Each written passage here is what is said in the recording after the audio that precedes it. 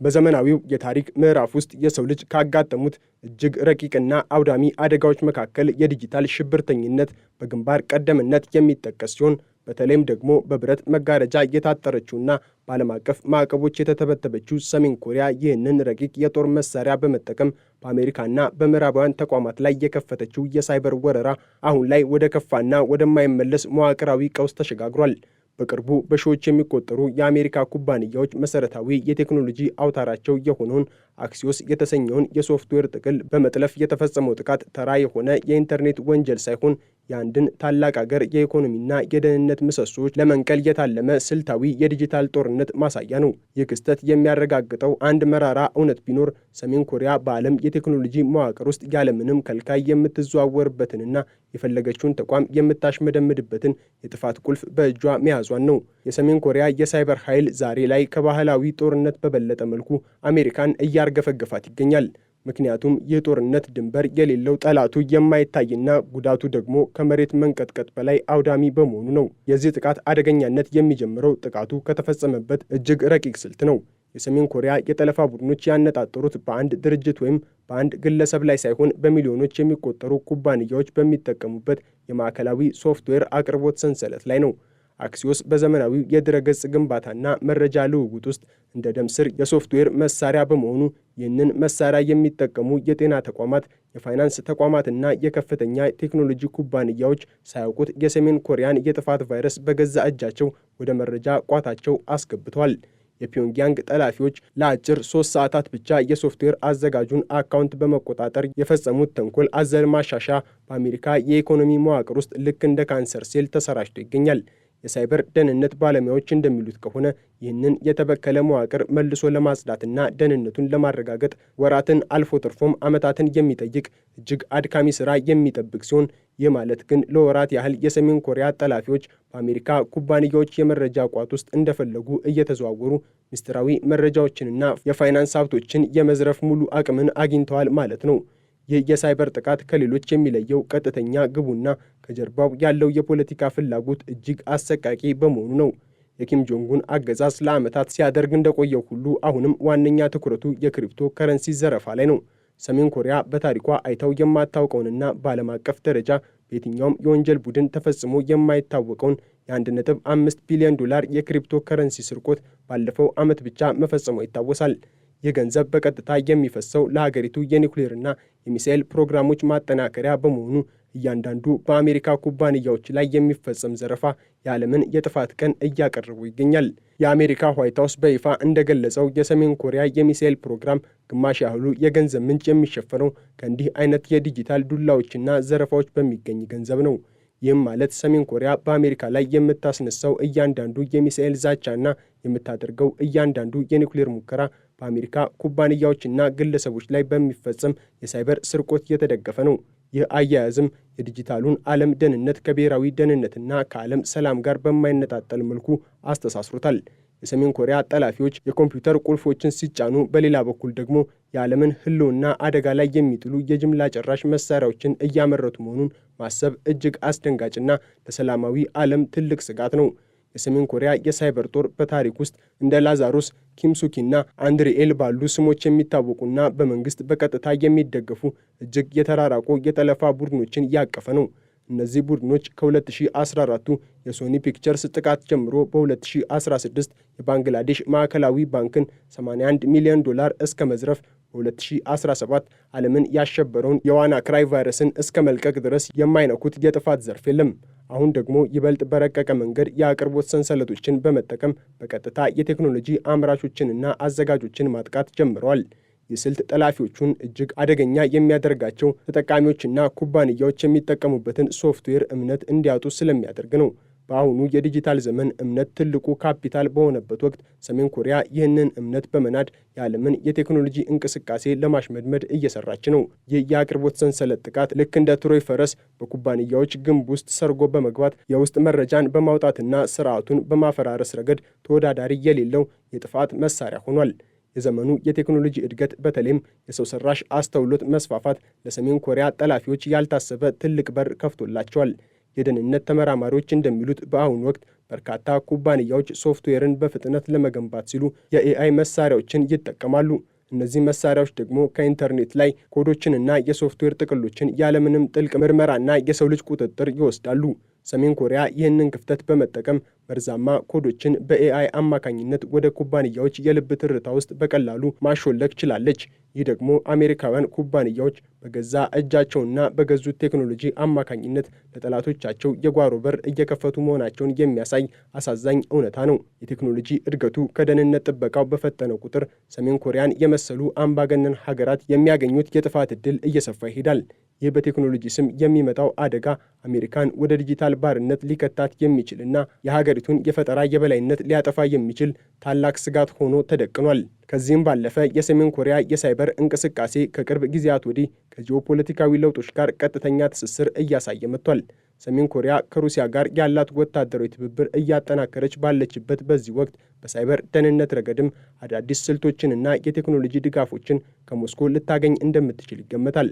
በቅርቡ ኪም ጆንጉን በሩሲያ ጦር ግንባር ለተሰዉ ወታደሮች ቤተሰቦች የመኖሪያ መንደር ሲመርቁ መታየታቸው ሀገሪቱ በወታደራዊና በፖለቲካ ረገድ ከምዕራባውያን ተቃራኒ በሆነው ጎራ ውስጥ ምን ያህል ጥልቅ ተሳትፎ እያደረገች መሆኑን ያሳያል። ይህ የአምባገነኖች ጥምረት ደግሞ በሳይበር ደህንነት ረገድ አሜሪካንና አጋሮቿን ለከፋ አደጋ ሊያጋልጥ ይችላል። የሰሜን ኮሪያ ጠላፊዎች የሩሲያን የጠለፋ ልምድና የቴክኖሎጂ ብቃት ካከሉበት ወደፊት የሚሰነዘሩ ጥቃቶች አሁን ካለነው እጅግ የከፉና ሊገመቱ የማይችሉ ሊሆኑ ይችላሉ። ይህ የጥፋት ዘንግ አሜሪካን በዲጂታል ዓለም ውስጥ ብቻዋን በማስቀረት የዓለምን የኃይል ሚዛን ወደ ምስራቅ እንዲያዘነብል የማድረግ አቅም አለው። የአሁኑ የአክሲዮስ ጥቃት የደረሰባቸው ኩባንያዎች ዝርዝር ውስጥ ትልልቅ የቴክኖሎጂና የፋይናንስ ተቋማት ብቻ ሳይሆኑ የጤና ጥበቃ ድርጅቶችም ይገኙበታል። ይህም የሚያሳየው የሰሜን ኮሪያ ጠላፊዎች ምንም አይነት ሰብአዊ ርኅራኄና የሞራል ገደብ እንደሌላቸው ነው። የአንድ ሆስፒታል የመረጃ ቋት ሲጠለፍ ወይንም የአሰራር ስርዓቱ ሲስተጓጎል ጉዳዩ በቀጥታ ከሰው ሕይወት ጋር ይገናኛል። መድኃኒቶች በሰዓቱ እንዳይሰጡ፣ ቀዶ ጥገናዎች እንዲዘገዩና የታካሚዎች ታሪክ እንዲጠፋ በማድረግ የሚፈጠር አደጋ በጦር ሜዳ ከሚሰነዘር ጥቃት ባልተናነሰ መልኩ አውዳሚ ነው። ሰሜን ኮሪያ ይህንን የዲጂታል አረመኔነት እንደ መደበኛ የገቢ ምንጭና የፖለቲካ ጫና መፍጠሪያ መሳሪያ አድርጋ መውሰዷ የዓለም አቀፉ ማህበረሰብ የሰላምና የደህንነት ትርጉም ዳግም እንዲፈተሽ ያስገድዳል። የሰው ልጅ ሕይወት በዲጂታል ኮዶች ተይዞ ለፖለቲካ ቁማር መዋሉ የዘመናዊው ስልጣኔ ትልቁ ውድቀት ተደርጎ ሊወሰድ ይችላል። በተለይም ደግሞ በአሁኑ ወቅት የአሜሪካ ከፍተኛ የመንግስት ባለስልጣናት ሳይቀሩ የዚህ የሳይበር ወረራ ሰለባ መሆናቸው አደጋው ምን ያህል ወደ ላይኛው እርከን እንደደረሰ ያሳያል። የኤፍቢአይ ዳይሬክተር ካሽ ፓቴል የግል ኢሜሎች በኢራን ጠላፊዎች መበርበሩ በተገለጸበት ወቅት ሰሜን ኮሪያ ደግሞ በሺዎች የሚቆጠሩ ኩባንያዎችን መዋቅር መቆጣጠሯ አሜሪካ በሁሉም አቅጣጫ በሳይበር ጦርነት ውስጥ መሆኗን ያረጋግጣል። እነዚህ ጠላፊዎች ከፍተኛ ጥንቃቄ የሚደረግባቸውንና የሀገር ምስጢር የያዙ ግለሰቦችንና ተቋማትን ሰርገው መግባት ከቻሉ ተራው ዜጋና አነስተኛ ኩባንያዎች ምን ያህል ተጋላጭ እንደሆኑ መገመት አያዳግትም። ይህ ደግሞ በዜጎችና በመንግስት መካከል ያለውን እምነት የሚሸረሽርና ማህበራዊ ቀውስ ሊያስከትል የሚችል አደገኛ ሁኔታ ነው። መንግስት የራሱን ባለስልጣናትና የሀገሪቱን የቴክኖሎጂ መሰረት መጠበቅ ካልቻለ የዜጎች ደህንነት አደጋ ላይ መውደቁ የማይቀር ሀቅ ነው። የሰሜን ኮሪያ የሳይበር ሰራዊት አባላት በአብዛኛው በውጭ ሀገራት በተለይም በቻይናና በደቡብ ምስራቅ እስያ ሀገራት ተሰማርተው የሚሰሩ ሲሆን የውሸት ማንነቶችን በመጠቀም በተለያዩ የቴክኖሎጂ ኩባንያዎች ውስጥ ተቀጥረው እንደሚሰሩም ይነገራል። እነዚህ ዲጂታል ሰላዮች በቀን ውስጥ እንደ ተራ የሶፍትዌር ባለሙያ ሲሰሩ ውለው ማታ ግን ወደ ጥፋት ስራቸው በመሰማራት የሰሜን ኮሪያን ግምጃ ቤት በዝርፊያ ይሞላሉ። ይህ አይነቱ ውስብስብና የተደራጀ የወንጀል መረብ ማንኛውንም አይነት የደህንነት ጥበቃ ጥሶ ለመግባት የሚያስችል ብቃት አለው። አሁን በአክሲዮስ ላይ የተፈጸመው ጥቃት እንዲህ አይነት ሰርገው የገቡ ባለሙያዎችን ወይንም የጠለፋ ቡድኖች ለወራት ሲያደቡ ቆይተው የሰነዘሩት ድንገተኛ ጥቃት ሊሆን ይችላል። ይህ የውስጥ ጠላት ስጋት ኩባንያዎች በሰራተኞቻቸው ላይ ያላቸውን እምነት እንዲቀንሱና የሥራ አካባቢው በጥርጣሬና በፍርሃት እንዲሞላ እያደረገው ይገኛል። የሳይበር ደህንነት ተቋሙ ማንዲያንት እንደሚለው የሰሜን ኮሪያ ጠላፊዎች አሁንም በቁጥጥራቸው ስር ባሉ መሳሪያዎችና የኩባንያ አካውንቶች አማካኝነት መጠነ ሰፊ የሆነ የክሪፕቶ ከረንሲ ስርቆት ለመፈጸም ዝግጅታቸውን አጠናቀዋል። ይህ ማለት ግን አደጋው ገና አልተጠናቀቀም፣ ይልቁንም ወደ ዋናው የዘረፋ ምዕራፍ ተሸጋግሯል ማለት ነው። ኩባንያዎች ጥቃቱን አውቀው እርምጃ እስኪወስዱ ድረስ ጠላፊዎቹ በሚሊዮን የሚቆጠሩ ዶላሮችን ከአንድ የክሪፕቶ ዋሌት ወደ ሌላ በማዘዋወር ላይ ይገኛሉ። ክሪፕቶ ከረንሲ ደግሞ አንዴ ከተዘረፈ በኋላ ተከታትሎ ለመያዝ እጅግ አስቸጋሪ በመሆኑ ሰሜን ኮሪያ ይህንን የፋይናንስ ነጻነት ለጥፋት ዓላማዋ እየተጠቀመችበት ነው። እንደዚህ አይነት ስልታዊ ዘረፋዎች ተጋላጭ መሆኑ ወደፊት ለሚመጣው የኢኮኖሚ ቀውስ ትልቅ ምክንያት ሊሆን ይችላል። በአጠቃላይ የሰሜን ኮሪያ የሳይበር ዛቻ ለአሜሪካና ለጠቅላላው የዲጂታል ዓለም የህልውና ስጋት ሆኗል። ይህ ስጋት ከገንዘብ ስርቆት በላይ አልፎ የሀገራትን መሰረተ ልማት የማሽመድመድ፣ የሚስጥራዊ መረጃዎችን ታማኝነት የማጉደልና የዓለምን የፖለቲካ ሚዛን የማዛባት አቅም አለው። ሰሜን ኮሪያ በዲጂታል ወረራ የምታገኘው እያንዳንዱ ዶላር ለዓለም ሰላም ጠንቅ የሆኑ የጅምላ ጨራሽ መሳሪያዎችን ለማምረት የሚውል በመሆኑ ጉዳዩን እጅግ አሳሳቢና ፈጣን የዓለም አቀፍ ምላሽ የሚሻው ነው። የአሜሪካ ተቋማትና መንግስት ከዚህ በኋላ የሳይበር ደህንነትን እንደ አንድ አማራጭ ሳይሆን እንደ ቀዳሚ የሀገር መከላከያ ግንባር ሊመለከቱት ይገባል። የሳይበር ጦርነት ዛሬ ላይ እውን ሆኗል። ጠላቱ ደግሞ በፒዮንግያንግ በስተጀርባ ሆኖ የዓለምን የጥፋት ደውል እየደወለ ይገኛል። የአክሲዮስ ሶፍትዌር ጥቃት ለዓለም የተሰጠ የመጨረሻው ማስጠንቀቂያ ነው። ካልተነቃና ተገቢውን ጥንቃቄ ካልተደረገ በሚቀጥለው ጊዜ የሰሜን ኮሪያ ጠላፊዎች የሚቆጣጠሩት የኩባንያዎችን አካውንት ብቻ ሳይሆን አጠቃላይ የዓለምን የዲጂታል ሕይወት ሊሆን ይችላል። ይህ የዲጂታል ጦር ሜዳ ድንበር የሌለው ጠላቱ የማይታይ ግን ደግሞ እጅግ ጨካኝና አውዳሚ የሆነበት የ21ኛው ክፍለ ዘመን ትልቁ ፈተና ነው። አሜሪካ ይህንን የሳይበር ድራጎን ለመግታት ካልቻለች ወደፊት የሚገጥማት አደጋ ከባሩድና ከሚሳኤል ይልቅ በዲጂታል ኮዶች የተደገፈና የሀገርን የጀርባ አጥንት የሚሰብር ይሆናል። ሰሜን ኮሪያ በዲጂታል ዓለም ውስጥ ያለች አደገኛ አውሬ ናት። ይህች አውሬ ደግሞ አሁን ጥርሶቿን በአሜሪካ የቴክኖሎጂ አቅርቦት ሰንሰለት ላይ አሳርፋለች። በቀጣይ የሚኖረው ትግል የሶፍትዌር ኮዶችን የመጠበቅ ብቻ ሳይሆን የነፃውን ዓለም የኢኮኖሚና የደህንነት ስርዓት ከዲጂታል ባርነት የማዳን ትግል ነው። ወደፊት የሚደረጉ ጦርነቶች በባህርና በየብስ ብቻ ሳይሆን በኢንተርኔት ኬብሎችና በሰርቨሮች ውስጥ የሚካሄዱ መሆናቸውን ይህ ክስተት በግልጽ ያሳያል። ሰሜን ኮሪያ በዚህ ረገድ ትልቅ የበላይነት ለማግኘት እየጣረች ሲሆን፣ አሜሪካ ደግሞ ይህንን ዛቻ ለመመከት የቴክኖሎጂ መዋቅሯን በሙሉ መቀየር ሊኖርባት ይችላል። ይህ በአክሲዮስ ሶፍትዌር ላይ የተፈጸመው ስልታዊ ጥቃት በዓለም አቀፉ የቴክኖሎጂ ማህበረሰብ ዘንድ እንደ ዲጂታል ፐርል ሃርበር ሊቆጠር የሚችል አደገኛ ክስተት ነው። ሰሜን ኮሪያ ይህንን ጥቃት የፈጸመችው በአጋጣሚ ሳይሆን ለዓመታት ስታሰለጥናቸው የቆዩትን ቢሮ 121 ተብሎ በሚጠራው ምስጢራዊ የሳይበር ክፍል ስር የሚገኙትን እጅግ የተራቀቁ ጠላፊዎቿን በመጠቀም ነው። እነዚህ ጠላፊዎች ከሌሎች የወንጀል ቡድኖች የሚለዩት የመንግስትን ሙሉ ድጋፍ፣ ወታደራዊ ስነ ስርዓትና ማለቂያ የሌለው የፋይናንስ ምንጭ ያላቸው መሆኑ ነው። ይህም ጥቃቶቻቸውን እጅግ አውዳሚና ሊመከቱ የማይችሉ ያደርጋቸዋል። አሜሪካ ዛሬ ላይ የቆመችው በዲጂታል ምሰሶዎች ላይ ሲሆን፣ ሰሜን ኮሪያ ደግሞ እነዚህን ምሰሶዎች አንድ በአንድ በመጋዝ እየቆረጠች ትገኛለች።